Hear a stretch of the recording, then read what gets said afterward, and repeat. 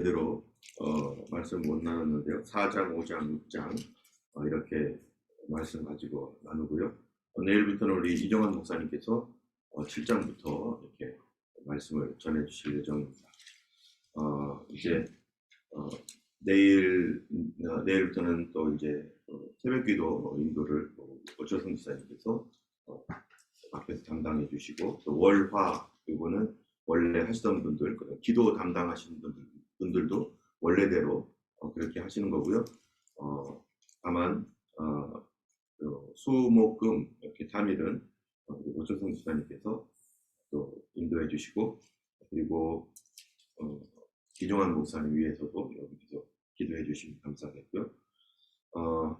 오늘 말씀은 이제 4장에서는 이스라엘 백성들의 신앙이 얼마나 무너져 있는 상태인지, 그들의 신앙이 얼마나 혼합적인 신앙이고 미신적 신앙인지를 보여주는 말씀입니다.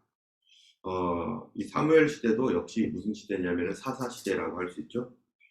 사사 시대인데, 사사 시대의 특징이 뭡니까? 사람들이 제 소견에 옳은 대로 행했더라. 그 얘기는 말씀과 상관없이 살았다는 것이죠. 믿는다라고 하는데 말씀 없이 믿는 것, 그것은 결국에는 뭐가 되냐면 종교심으로 믿게 되는 것이고, 그 결과는 미신이 되어버리는 것입니다. 이 사람들이 하나님 말씀 없으면 아무리 교회를 다녀도 그게 미신으로 전락하는데, 그 말은 무슨 말이냐면 인간 안에는 미신에 대한, 미신을 향하는 그러한 그 타락된 속성이 있다는 거예요. 이 미신이라고 하는 것이 무엇입니까? 미신은 언제든지 자기중심이죠. 나를 보호하고 내가 잘 되기 위해서 다른 사람이 어떻게 되든 나만 잘 되면 된다. 그래서 우리가 심지어 뭐 인형을 만들어 놓고 거기다 막 누구 저주받으라고 뭐 비도덕적인 거예요. 그리고 말도 안 되는 어떠한 그 근거도 없는 이것과 이것이 합리적으로 연결이 돼야 되는데 그 연결성도 없는 그러한, 그냥 자기가 잘 되기만을 바라는 그런 우상 숭배, 그런 것들이 하나의 미신이죠. 그런데 인간 중심 안에 내가 하나님 되고자 하는 마음, 그래서 우리가 가끔가다 옛날 어렸을 때는 상상을 하잖아요. 내가 세상의 주인이 돼가지고 막 세상을 막 이렇게 하고 저렇게 하고, 그러듯이 내가 하나님 되고자 하는 마음이 인간 안에 다 존재하고 있는 것이고, 그게 미신의 형태로 나타나서 자기중심적인 어떠한 그런 모습으로, 사실 미신도 어떤 하늘, 달 뭐 이런 것들을 숭배한다고 하지만, 그러한 숭배의 그 근본적인 그 기초가 자기중심이라는 것입니다. 이런 것이 이제 이스라엘에도 동일하게 나타나는 거죠. 하나님을 섬긴다. 우리 섬긴다라고 하는 것은 하나님을 높여드리고 그분께 영광을 돌리고 그분 중심으로 살아가는 것이, 그리고 이것을 우리는 신앙이라고 말합니다. 아마 지난 수요일날 성경 공부했던 분들은 아마 들으셨을 텐데, 신앙이란 무엇인가, 어떤 것을 어떤 대상을 믿는다라고 하는 그러한 말이 당연히 일반적으로 통용되는 신앙이라고 하는 것으로 말하지만, 우리가 믿는 대상이신 하나님은 우리를 창조하시고 우리를 인도하시는 우리의 아버지시라는 거죠. 우리의 아버지를 믿는 것이죠. 우리 가정에서도 우리 가족 안에 아버지를 믿고 어머니를 믿고 형제들을 믿고 하는 이 믿음이 있어야만 가정이 되는 것이지, 아버지를 멸시하고 부모님을 멸시하고 형제들 간의 사이가 좋지 않으면 그거는 믿음이 아니죠. 믿음 없는 가정은 그렇게 파괴되어지고 서로 뿔뿔이 알아서 살게 되는 것처럼, 우리가 하나님을 믿는 것은 그렇게 섬기는 것이고, 그리고 그 섬김을 통해서 서로 화목하게 살아가는 것, 그것이 이 믿음의 어떤 그 인격적 기초인 것입니다. 그런데 이러한 그 믿음이 파괴되면은 결국 뭐만 남냐면 나밖에는 안 남게 되고, 또 나도 나를 믿지 못하잖아요, 우리도. 그러다 보니까 계속 나 자신의 인격이 파괴돼 버리니까 나중에는 뭐가 되는 거예요? 정신분열이 일어나고요. 또 자기가 누군지도 모르는 상태가 돼버리는 것이죠. 어쨌든 이스라엘은 이제 신앙이 이러한 그 혼합적이고 미신적인 것들이 섞여 버려 가지고, 그리고 하나님을 섬긴다고 하지만 그들이 섬기는 섬김은 하나님을 멸시하는, 하나님을 알지 못하는 그러한 상태로 돌아가 버렸습니다. 그래서 그때 어떤 일이 일어났습니까? 이러한 이스라엘의 이제 전쟁이 다시 일어나는데, 전쟁이 일어났다는 것은 이스라엘이 뭐 하고 있다는 거예요? 지금 또 범죄를 저지르고 있고 또 하나님을 대적하고 있는 하나님을 떠난 상태입니다. 그래서 이런 가운데서 이제 엘리가 사사로 있는 동안에 그 상태가 많이 안 좋아져 있는 그런 가운데서 전쟁이 일어났었을 때 이 전쟁을 승리하기 위해서 그들이 취했던 방법이 뭐냐면은 언약궤를 가지고 오는 거였어요. 언약궤를 가지고 오면은 우리가 반드시 승리할 것이다라고 하는 헛된 믿음을 갖고 있는 거죠. 옛날에 그 영화 중에서 레이더스라고 하는 영화 아시죠? 보셨잖아요. 몇 분 보셨죠? 아, 못 보셨나요? 레이더스라는 영화가 뭡니까? 거기에 잃어버린 지금 이제 이스라엘에서 법궤가 지금 없어져 버렸잖아요. 여기에도 이제 언약궤를 빼앗겼잖아요. 그런데 BC 586년에 이스라엘이 멸망할 때 법궤가 사라져 버렸어요. 그래서 사람들이 뭐 엘리야의 동굴에 있다, 이디오피아로 가져갔다, 지금 어디 있다 뭐 이러면서 지금 법궤를 지금 아직도 못 찾고 지금 법궤 행방이 아직도 모릅니다. 어떤 사람들은 지금 이스라엘 그 성전 있잖아요. 지금 그 위에는 뭐가 있습니까? 이 모스크가 있고 그 시내산 성전산 그 밑에 지하에 어딘가에 숨겨져 있다, 보관돼 있다. 뭐 여러 가지 막 소문들이 뭐 굉장히 많아요. 근데 어느 것이 진짜인지 아직 밝혀지지 않고 지금도 모릅니다. 어디에 있는지도. 예수님 당시에도 법궤를 그때 586년에 잃어버렸기 때문에 예수님 당시에 성전에 법궤가 있어요, 없어요? 법궤 없는 성전이에요. 근데 이 법궤가 없는 것을 가리켜서 뭐라고 말하느냐?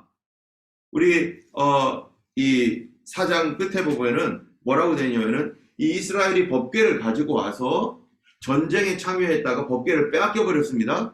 법궤를 빼앗기니까 그거를 가리켜서 이스라엘에 뭐가 떠났다고요? 21절에 영광이 이스라엘에서 떠났다. 영광이 이스라엘에서 떠났다. 비느하스의 아내가 죽으면서 하는 말이 영광이 이스라엘에 떠났다. 그리고 자기 아들 이름을 그때 임신하여서 아이를 막 낳았는데 아이 이름을 정말 엉망으로 졌어요. 이가봇. 이가봇이 뭡니까? 이스라엘 영광이 떠났다라는 거예요. 이스라엘 백성들은 그런데 이 레이더스처럼 여겼는데 그 레이더스가 뭐냐면은 어떠한 탐험가가 이 법궤가 어디 있는지 모르니까 법궤를 찾아 헤매는 그런 여행이에요. 그래서 이거 되게 재미있게 여러분 예전에 만든 많은 영화들 가운데 유명했던 영화들이 많은데 그 중에 하나가 이거 레이더스거든요. 그래서 이 법궤를 찾아 헤매다가 드디어 법궤를 찾았는데 법궤를 찾아서 딱 여는 그 순간 법궤에서 막 레이저 광선이 막 나와가지고 그 주변에 있는 사람들이 다 죽고 그게 어디를 배경으로 하고 있는 거겠어요? 이 4장, 5장에 보면 이제 여러분 이제 법궤를 다시 찾아오잖아요?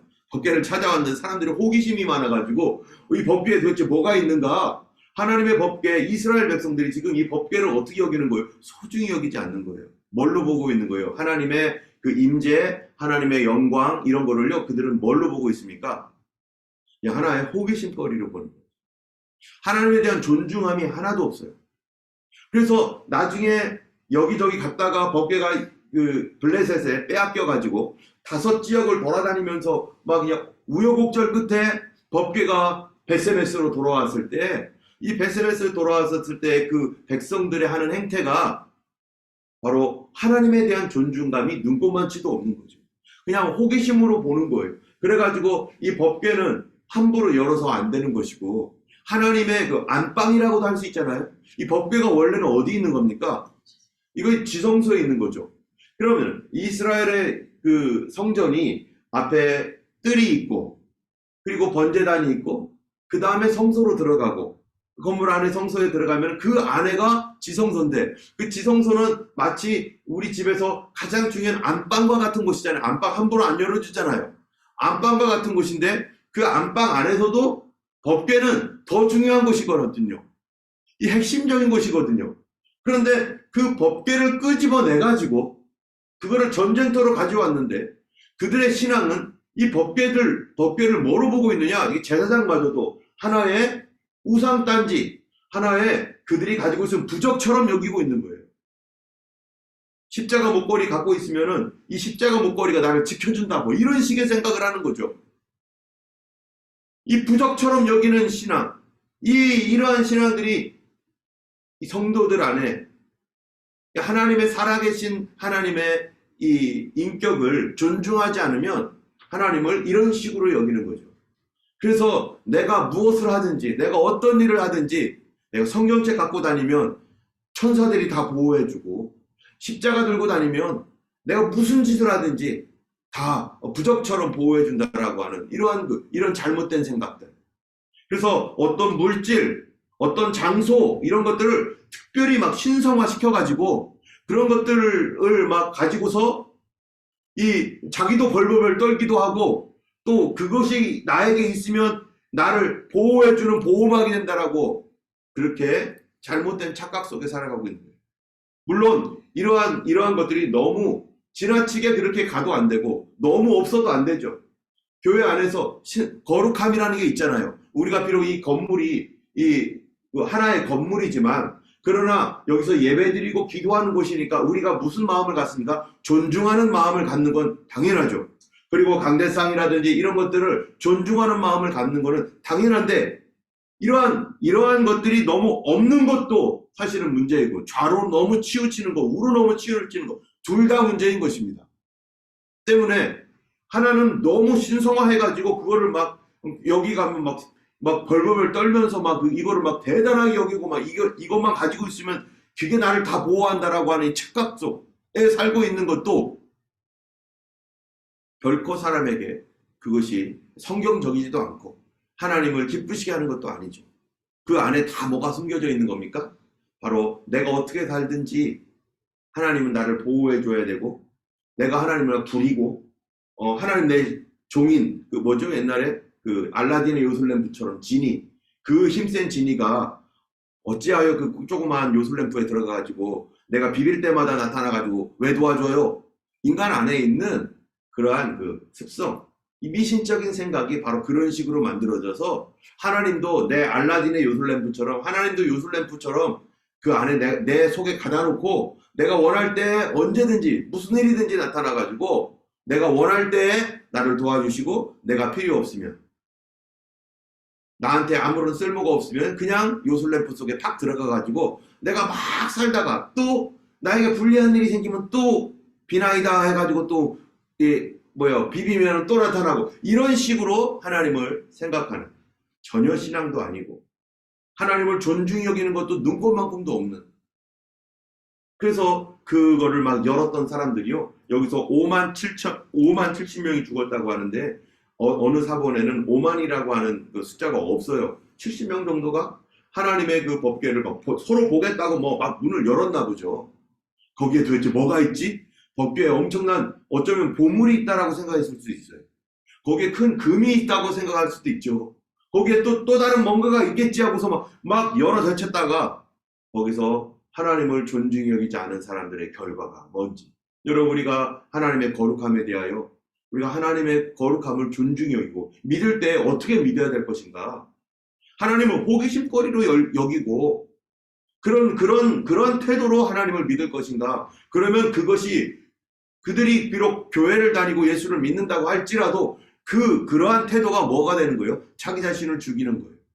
나의 영성을 죽이고 나의 믿음을 죽이고 하나님에 대한 존중감이라는 게 눈꼽만큼도 없는 이 사람들이 그런 식으로 법궤를 열어 제치고 그것이 바로 어떤 시대였다는 겁니까?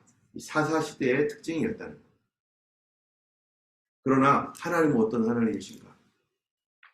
이스라엘이 법궤를 메고 그렇게 미신적으로 할 때 하나님의 이 명예와 같은 법궤, 하나님의 임재하심과 같은 법궤를 하나님이 지켜주지 않습니다.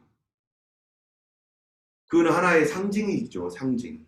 하나님이 여기 계시다라는 상징. 그리고 하나님의 약속으로서 그거를 주시긴 하셨지만 이스라엘이 그런 식으로 하나님을 미신화시켰을 때 하나님이 도와주지 않습니다. 여러분 이 중요한 게 뭐라는 거예요? 어떠한 그 물건이나 장소가 중요한 겁니까? 아니면 사람의 심령의 태도가 중요한 것입니까? 우리의 마음의 태도가 중요한 것이죠. 이게 이 무슨 물건이 왜 중요해요? 물건은 하나의 상징적인 것이고 그것을 바라보는 그러한 그 사람들의 태도, 그거를 통해서 하나님을 어떻게 존중히 여기는지를 보여줄 수 있는 하나의 태도를 보는 것이지 그게 거기에 무슨 능력이 있고 신성화된 건 아니죠. 그들의 태도가 잘못되니까 하나님께서 그 법궤를 잃어버리게, 빼앗기게 그냥 허용해 버리셨어요. 저쪽 블레셋 사람들은 법궤 갖고 왔다고 난리치면서 좋다고 막 뛰어다니면서 막 그냥 이제 그 의미가 뭡니까? 법궤를 빼앗고 이스라엘의 실로를 파괴하고 그리고 그들이 전쟁에서 승리했다라고 하는 그 뜻은 뭡니까? 바로 그들이 섬기는 다곤신이 하나님, 여호와 하나님을 이겼다라고 하는 그런 의미를 가지고 있어요. 그들에게는. 그 고대 시대에는 그렇잖아요. 고대 시대의 전쟁은 그 자기들의 국력, 군사력 이런 거 중요하지만 항상 누구에게 제사하고 전쟁합니까? 자기들이 신에게 제사합니다. 그리고 점도 봐요. 또 그래가지고 짐승의 간을 떼가지고 간점도 보고 막 이러고 있잖아요. 그러니까 자기들이 이스라엘의 가장 강력하다고 생각하는 법궤가 들어왔는데 맨 처음엔 너무 깜짝 놀라가지고 덜덜덜 떨었지만 싸워보니까 아무것도 아닌 거예요. 그리고 법궤도 빼앗아갔어요. 그러니까 전리품이 돼버렸습니다. 법궤가. 하나님의 이름이 욕을 먹게 된 거죠. 하나님의 이름이 땅에 떨어진 거예요. 사람들 때문에 하나님의 이름이 멸시를 당하게 되었어요. 이방인들 가운데. 그런데 하나님이 그거를 내비둡니다. 참습니다. 왜요? 이스라엘의 신앙 태도가 그랬기 때문에. 하나님이 힘이 없어서가 아니라 그들의 믿음의 태도가 그랬기 때문에 하나님이 없어서가 아닌 거예요. 여러분 우리 삶 가운데 정말로 은혜와 사랑과 거룩함이 나타나야 되고 또 하나님의 능력과 그런 그 은혜로 말미암아 병 고침과 이런 그 모든 것들이 사실 나타나야 되는 거죠. 근데 어떨 때는요 아무리 해도 그런 것이 없을 때가 있습니다. 물론 하나님의 여러 가지 섭리가 있지만 우리의 범죄함과 잘못된 태도 때문에 하나님께서 하나님의 일을 하지 않는 경우가 있어요. 하나님께서 손을 떼시는 경우가 있어요. 문제가 뭐냐? 하나님이 없어서가 문제가 아니라 나에게 뭐가 없어서요? 믿음의 올바른 태도가 없어서. 그러면 하나님은 어떻게 일하시는가? 여러분 이제 법궤가 빼앗기고 이제 5장에 가면요. 법궤 없는 이스라엘이 됐고 법궤가 적들의 손에 넘어가 버렸어요. 블레셋이라고 하는 이 적들의 손에 넘어갔는데 그러면은 하나님이 포로가 된 겁니까? 전리품이 되어버렸어요. 하나님의 이름이 땅에 떨어졌어요. 그런데 사람의 도움 없이 하나님은 뭐 하시는 분이세요? 하나님은 하나님의 일을 하시는 분입니다. 이 역사의 중심에 역사의 중심에 누가 있는가? 여러분 사람이 있습니까? 하나님이 있습니까? 세계 역사는 사람들의 역사죠. 그래가지고 우리 세계사 공부하다 보면은 거기 하나님이 안 나오죠.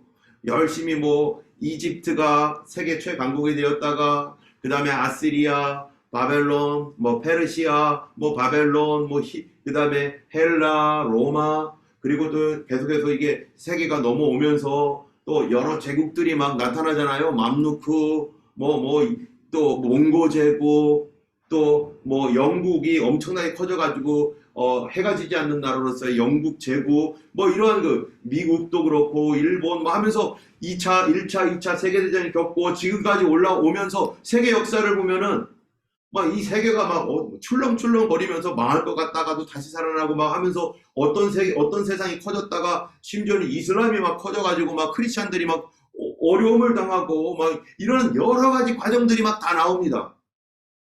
세계 역사의 주인공이 누구예요? 역사를 배워보면요. 거기에 가장 강력한 나라들이 주인공이에요. 그런데 실제로는요. 누가 주인공입니까? 바로 하나님이 주인공이십니다. 하나님이 역사를 움직이시는 거예요. 하나님께서 사람의 도움을 받으셔야만 되는 하나님인가? 이스라엘이 경배를 해야만 하나님이 영광을 받고 이스라엘이 하나님을 섬겨야만 하나님께서 그분의 일을 하시는가? 아닙니다. 여기 보세요. 5장에 보면 블레셋 사람들이 하나님의 언약궤를 빼앗아 가지고 에벤에셀에부터 아스돗까지 이르렀는데 그곳에 신전에 들어가서 다곤이라고 하는 신전 곁에 두었더니 그 다음날 아침에 일찍 보니까 다곤시장에 꼴까닥하고 넘어져 버린 거예요. 머리가 딱 부서지고 깨지고 이상하다 해가지고 그 다음에도 또 했더니 또 넘어지고 또 넘어지고 그래가지고 도대체 이게 어떻게 되는 거지 하면서 그들이 생각하기를 여호와 하나님이 이스라엘의 하나님이 우리 다곤 신을 자꾸 넘어뜨린다. 그래가지고 이거 안 되겠는데 해가지고 어떡합니까? 가드로 옮깁니다. 8절에 보면은 가드로 옮겨갔더니 그 다음에 9절에 보면은 이 6절과 9절을 보면은 이 주어가 있어요. 주어. 한번 6절을 한번 5장 6절을 읽어볼게요. 여호와의 손이 이게 주어죠. 아스돗 사람에게 엄중히 더하사 독한 종기의 재앙으로 아스돗과 그 지역을 쳐서 망하게 했다. 누가 했다고요? 여호와의 손이. 이스라엘 백성들이 아무것도 안 해도 그들이 그렇게 하나님을 섬기는 온전한 태도가 없어도 하나님은 하나님 스스로 일하신다는 거죠. 9절에 보니까 가드로 옮기니까 그것을 옮겨간 후에 또 뭐예요? 여호와의 손이 심히 큰 환난을 그 성읍에 더하사 성읍 사람들의 작은 자와 큰 자를 다 쳐서 독한 종기가 나게 하신지라. 하나님께서 스스로 일을 하신다는 거예요. 하나님이 스스로 영광을 받으실 수 있습니다. 하나님이 스스로 그분의 영광을 나타내고 계시고 그분은 그분의 일을 하십니다. 여러분 이러한 일들이요. 그 성경 역사에 보면 지금도 마찬가지죠. 굉장히 많은 일들이 있습니다. 우리가 하나님의 역사가 끊어진 것 같은 시절 언제였었습니까? 이스라엘이 BC 586년에 멸망받았죠. 유다가. 그리고 이스라엘 백성 다 포로로 끌려갔습니다. 그럴 때 그들이 나라가 북이스라엘도 722년에 아시리아에 의해서 멸망하고 남유다도 멸망받았어요. 그러면 뭐가 된 거예요? 지금 하나님 믿는 사람이 없는 거죠. 하나님의 땅이 사라져버렸어요. 하나님의 성전도 무너졌고 그들은 다 흩어졌고 제사장도 없어요. 거기서 무슨 제사가 드려지며 뭔 일이 있습니까? 아무것도 없어요. 이런 상태에서 근데 하나님은 무엇을 하셨는가? 그들이 포로로 끌려가기 전에 예레미야를 통해서 하셨던 말씀이 있습니다. 70년 후에 어떻게 한다고요? 너희들 돌아올 거야. 70년 후에 돌아올 방법이 없는 거죠. 어떻게 70년 후에 돌아옵니까? 나라를 빼앗기고 포로로 다 끌려가고 거기에는 아직도 강력한 군대들이 지키고 있고 이스라엘 땅은 짓밟힌 상태에서 거기에도 많은 주둔군들이 있는데 이스라엘의 힘이 다 빠졌는데 어떻게 다시 나라를 찾는단 말입니까? 그런데 세계 역사 가운데 어떤 일이 생깁니까? 바벨론이 멸망하고 페르시아가 부흥이 돼가지고 딱 70년이 되는 해에 고레스 왕의 마음에 감동이 생긴 거예요. 아, 이스라엘 사람 돌려보내야겠다. 고레스 마음에 감동이 생겨가지고 그런데 그걸 이사야 선지자가 이미 예언을 했어요. 내 종 고레스 너는 나를 알지 못할지라도 내가 너를 알고 있다고 하시면서 내가 너를 띠띠웠고 너를 강력하게 했다라고 하는 이 말씀을 이사야 선지자가 이미 이사야가 어느 때 사람입니까? 히스기야 왕 시대 사람이에요. 히스기야.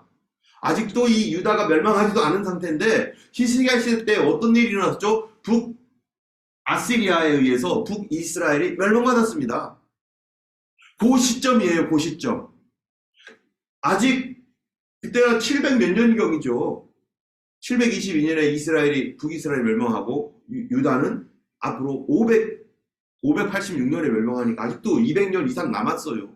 근데 그 전에 이사야가 이미 예언을 하고 예레미야를 통해서 70년 만에 돌아올 것이라고 예언했는데 왕도 없고 군대도 없고 아무것도 없는데 하나님께서 사람을 감동시키고 하나님의 보이지 않는 손이 역사하셔서 고레스의 마음에 감동이 되니까 이스라엘 백성들이 돌아오게 되는데 그래서 성전을 짓게 되는데 딱 70년 만에 성전이 완공이 되고 그리고 이스라엘 백성들이 회복되는 누가 하신 겁니까?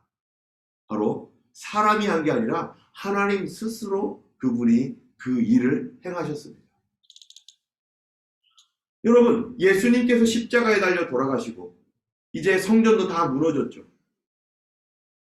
그런데 이제 예수님이 가신 이후에 성령께서 임하셔서 온 세계에 복음을 전파하는데 지금 그 일들을 성령님이 지금 일을 하는데 어디를 향해서 일하십니까? 예수님의 마지막 약속, 마지막 명령.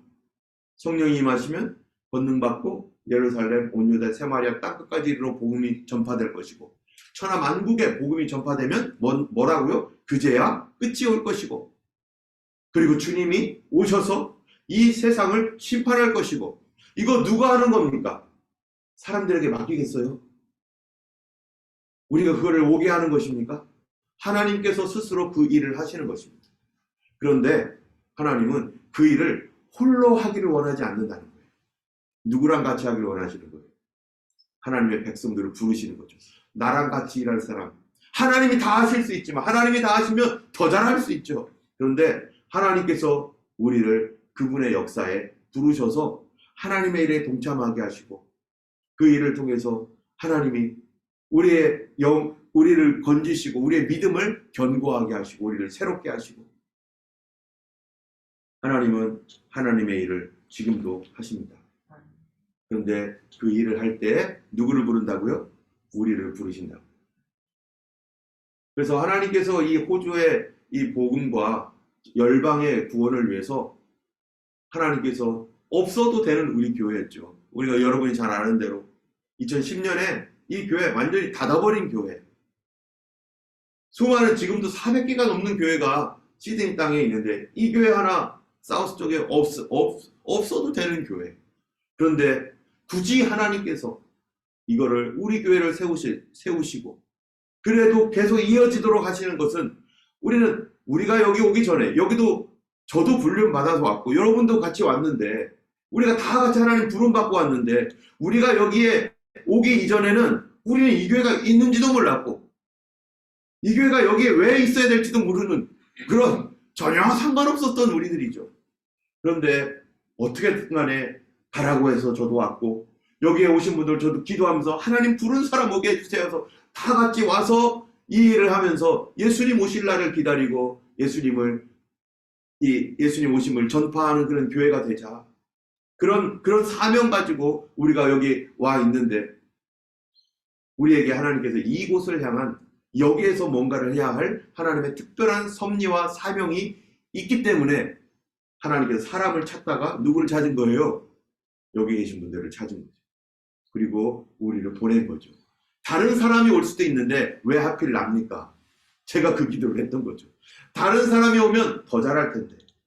예, 저 같은 사람 영어도 못하는데 어떻게 하다가 우리 교회가 영어로 지금 한국어 영어로 다 하고 이 영어도 못하는 저가 어떻게 이렇게 하고 있는지 영어 잘하는 목사님들 얼마나 많습니까? 성령 충만하고 능력 있는 목사님들 얼마나 많습니까? 저보다 공부 더 많이 하고 지식이 있는 목사님들 많은데도 불구하고 아무것도 별것도 없고 뭐 그냥 주름살이나 있고 예 별로 그냥 못생기고 그런 저를 불러가지고 뭐 하시는 거예요 지금? 하나님 누구를 부르십니까? 못생긴 사람 부르십니다. 잘 못하는 사람. 만약에 제가 진취적이고 막 능력이 있어 내가 다 할 거야 막 이러는 사람이었으면은 아마 몇 번 부서지고 깨지고 난리 났을 거예요. 하나님 저 못해요. 안 돼요. 저 못하는데요. 아니요. 내가 도와줄 테니까 너 한 발자국만 가. 한 발자국만. 아 그거 어려운데요. 한 발자국만 가. 이렇게 주저주저 하면서 용기도 없이 다 우리가 그런 사람들이죠. 그래서 하나님께서 그런 사람들을 통해서 일을 하시기 때문에 우리가 자랑할 게 아무것도 없는 거예요. 저도 지금 돌아보면은 자랑할 게 아무것도 없는 거예요. 가끔은 그냥 입으로 그냥 습관처럼 나오는 말이 있어요. 아, 하나님의 은혜야. 이건 다 하나님의 은혜야. 나 같은 사람은 그런 거 못할 사람인데 하나님의 은혜야. 우리가 천국에 가서 하나님을 찬양할 때 뭐라고 할 겁니까? 여기 온 게 하나님의 은혜다. 나 같은 사람 시험 밑바닥 가가지고 그렇게 했어야 되는데 하나님의 은혜야. 좋은 성도님들 만난 것도 하나님의 은혜. 좋은 교회 만난 것도 하나님의 은혜. 예, 모든 게 다 하나님의 은혜인 것이죠. 그 하나님의 은혜 때문에 그 하나님의 그 은혜의 섭리 때문에 사실 우리가 여기에 있는 것이고 하나님의 부름 받아서 여기서 우리 하나님께서 뭔가 더 중요한 각자마다 또 하나님 부르신 부름이 있고 교회를 향한 교회 전체로서의 부르심이 있는데 그거 너네들이 하라고. 내가 하는 일인데 너희들이 하라고. 내가 지금 갈 테니까 너희도 따라오라고. 그래서 예수님 뭐라고 하는 거예요? 제자들에게. 나를 뭐 하라고요? 따라오너라. 내가 너를 사람 낚는 어부 되게 하겠다. 나를 따라오너라. 그래서 목자는 항상 어떻게 가요? 뒤따라가요? 앞서갑니까? 앞서가는 거죠. 목자가 앞서갈 때 백성들은 따라가는 거예요. 부르신 부름 따라서. 목자가 이리로 가면 우리도 이리로 가고, 저리로 가면 저리로 가고, 우리가 주님을 이끌어가는 게 아니라 주님이 우리를 이끌어가고, 그게 바로 신앙생활이고 그게 섬기는 것이고 그게 예수님 믿는 거죠. 그래서 매일매일 이스라엘 백성들이 광야 생활을 할 때 어떻게 갑니까? 모세가 지도 보고서 자기 지혜로 이렇게 인도한 게 아니라 구름과 불기둥이 그들을 인도했는데, 구름기둥이 가면 가고 서면 서고, 구름기둥이 이리로 가면 홍해 앞으로 인도함을 받는 거예요. 그 건너지도 못할 강 앞으로, 건너지도 못할 바다 앞으로 인도해가지고 꼼짝없이 당했을 때 하나님이 홍해 문을 열어놓으시고, 그 뭐 하는 겁니까? 하나님께서요, 우리를 부르셔서 하나님의 일도 하게 하시지만 하나님이 우리에게 뭐를 가르쳐 주는 거예요? 믿음의 강한 사람. 믿음으로 사는 믿음의 강한 사람 만들어 놓으신다는 거죠. 그래서 여러분, 우리가 하나님이 하시면 다 하실 수 있는데, 능력으로 다 하실 수 있는데 왜 우리를 부르시는가? 우리를 훈련하고 믿음으로 사는 법 가르쳐주고, 때문에 우리를 인도하실 때는요, 홍해 앞으로나 요단강 앞으로 하나님이 일부러 인도하십니다. 그 일부러 인도할 때 어떤 사람이, 이스라엘 백성들은 몰랐을 때 뭐라고 합니까? 하나님이 우리를 죽이려고 인도했다. 우리는 여기서 다 죽었다. 우리는 이제 끝장났다. 무슨 문제만 나타나면은 막 원망하고 원통해하고 우리를 죽이려고 한다고 하면서 막 이랬던 사람들. 그런데 다시 하나님께서 이 요단강 앞에 여호수아 세웠을 때는 어떻게 합니까? 이스라엘 백성들이 그 전 세대 다 죽고 여호수아와 같이 다음 세대가 세웠을 때 말씀만 하옵소서 우리가 건너겠나이다. 사람이 바뀌어버렸어요. 옛날에는 조금만 어려우면은 이제 다 망한 것처럼 얘기하고 못한다, 안 된다, 나는 뭐 이러면서 막 하나님 우리를 죽이려고 했다는, 이게 뭡니까? 불신앙. 여러분, 하나님을 그들이 모릅니까? 알죠? 하나님을 다 알아요. 하나님이 존재한다는 걸 알아요. 그런데 왜 불신앙입니까? 하나님을 신뢰함이 없는 거예요. 하나님을 멸시하는 거죠. 하나님을 호기심으로만 보고. 하나님이 계시다는 것을 안 믿는 사람들도 알고 있어요. 그런데 그를 왜 불신앙이라고 합니까? 하나님을 존중하는 게 없기 때문이죠.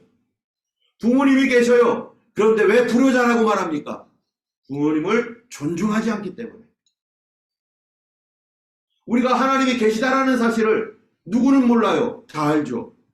그래서 예수님 뭐라고 합니까? 귀신들도 믿고 떤다. 너희가 하나님 한 분인 줄 아냐? 그래, 그 귀신의 믿음이야. 귀신들도 그런 믿음 갖고 있어. 그런데 우리가 그걸 가지고 있다고 그거 갖고 구원받습니까? 하나님 알아도 지옥 가는 거죠. 왜요? 나를 멸시하는 제사장들아. 한 것처럼 하나님을 멸시하고 하나님을 존중히 여기지 않는 것, 그것을 불신앙이라고 하는 거예요.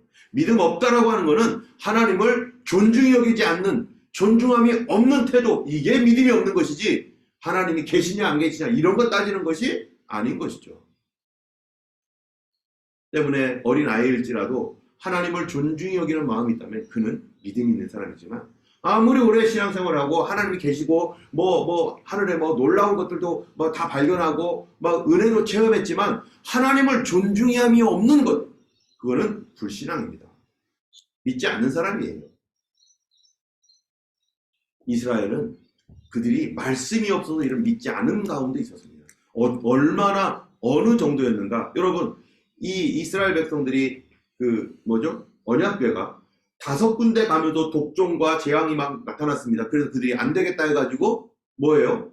베세메스로 이제 암소를 끌어다가, 전나는 암소를 끌어다가 이거를 이제 수레에 실어가지고 가지고 옵니다. 가지고 올 때 뭐 여러 가지 얘기가 있죠. 근데 왔어요. 오자마자 7장에서 이 6장에서 이스라엘 백성들이 하는 일이 뭡니까? 여러분 12절 6장 12절에 보니까 암소가 베스메스 길로 향하여 데려러 가며 갈 때 울고 좌우로 치우치지 않았어요. 그리고 14절에 수레가 베스메스 사람 여호수아의 큰 돌 있는 곳에 이르러 선지라 무리가 수레에 나무를 패고 그 암소들을 번제물로 여호와께 드리고. 여기서 실수한 거 있어요. 잘못된 게 뭐죠? 예전에 이 본문 했을 때도 이 설교를 했던 것 같아요. 집사님 네, 맞았습니다. 역시 우리 집사님. 예, 바로 번제물은요 뭘로 드려야 돼요? 암소로 드립니까? 번제물은 레위기에 보면 뭐라고 돼 있어요? 레위기에는요 숫소로 드리게 돼 있어요. 근데 암소로 번제물을 드렸다. 그만큼 누가? 레위인들이. 여기 15절에 레위인은 이렇게 돼 있잖아요. 레위인들이 암소로 암소를 드릴 때는 어느 제사에 드립니까? 화목제 때는 그래요. 그런데 번제물은 숫소로 드려야 될 거를 레위기 1장 3절에 보면 숫소로 드려야 될 거를 이거를 암소로 드리고서도 그리고 또 뭐합니까? 그거를 가지고 하나님께 번제 드렸다고 합니다.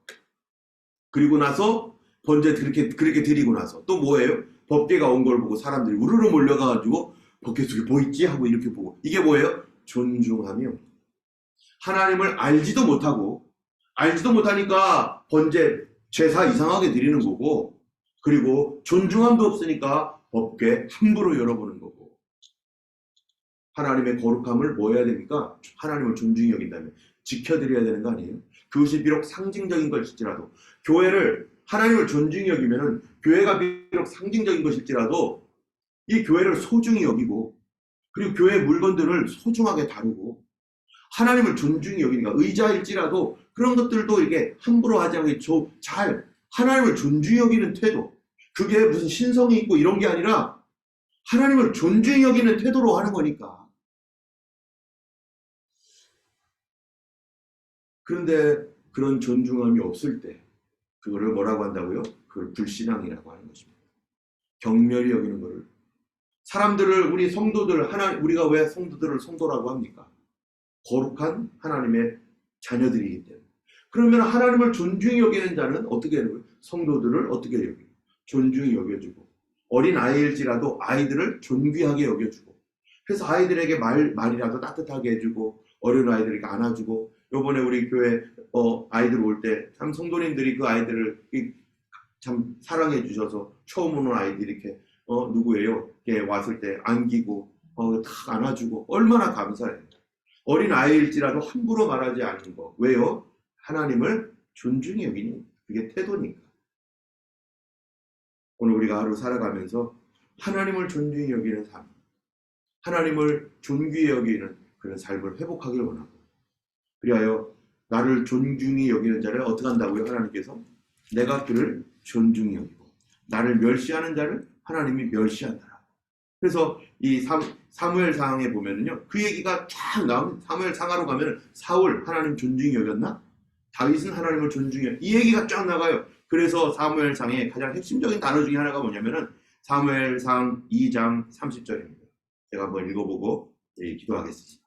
그러므로 이스라엘의 하나님 나 여호와가 말하노라. 내가 전에 내 집과 내 조상의 집이 내 앞에 영원히 행하리라 했으나 이제 나 여호와가 말하노니 결단코 그렇게 하지 아니하리라. 그 다음 말씀이죠. 나를 존중히 여기는 자를 내가 존중히 여기고 나를 멸시하는 자를 내가 경멸하리라. 이것이 성경 전체에 나오는 흐름이기도 합니다. 예수님을 존중히 여기고 하나님을 존중히 여기고 성도들을 귀하게 보고 하나님의 일을 소중히 여겨서 우리 받은 직분 존중히 여기고 하나님을 부르심에 나 같은 죄인을 불러주신 하나님에 감사하며 하나님을 존중히 여기는 태도로 우리 받은 직분들 잘 감당할 수 있는 여러분들 되길 주님의 이름으로 축원하고요. 저를 위해서도 여러분 기도해 주시면 감사하겠습니다. 기도하겠습니다.